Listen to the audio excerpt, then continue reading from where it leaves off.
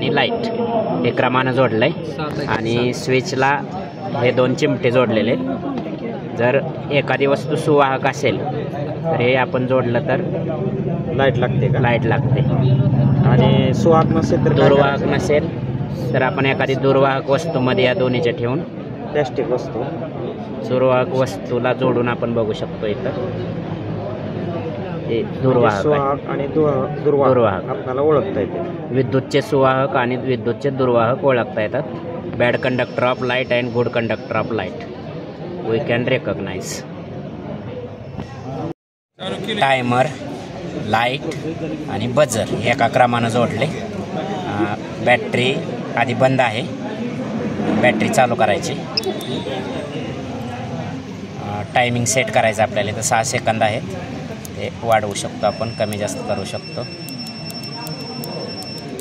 Timing set करूया। 10 सेकंदाचं timing set केलं पण आपण स्विच चालू करूया।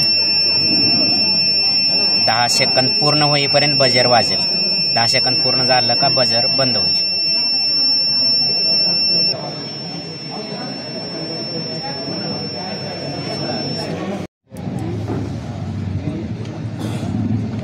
आता हा सेन्सर बेस जर तुम्ही पाहिला तर त्यावरती 3 एक पोर्ट आहे बघा, त्यामध्ये 3 वायर आपण घालतो बरोबर।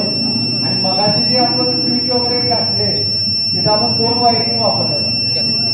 आता यामध्ये 3 वायर्स आहेत, म्हणजे याचा अर्थ काय की 2 वायर जे असणार आहे त्या power switch, sensor base, light एका क्रमानं जोडलंय। सेन्सर बेसला लाईट सेन्सर जोडला आहे।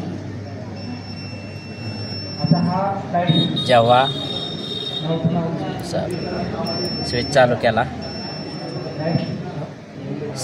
लाईट सेन्सरवर सावली पडली तर लाईट लागते, ऊन पडलं लाईट कमी होते। रस्त्यावरील दिवे या पद्धतीनं चालतात। क्रम सांगा सर ती कसा? बॅटरी स्विच नंतर सेन्सर बेस नंतर काय ते battery switch, sensor base, buzzer. Sensor बेसला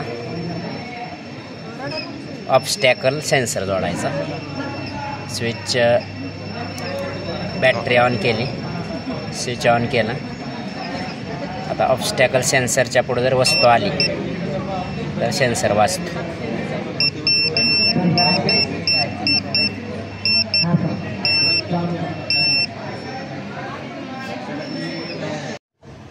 त्यानंतर आपण लिमिट स्विच घेतला, लाईट ऐवजी त्याचा जो लिमिट स्विच आणि जो क्रोकोडाईल स्विच आहे हे आपण साऊंड सिस्टीम घेतली, गजर घेतला तर मॅग्नेटिक जवळ आल्यानंतर गजर वाजतो। बंद केला होता बरोबर।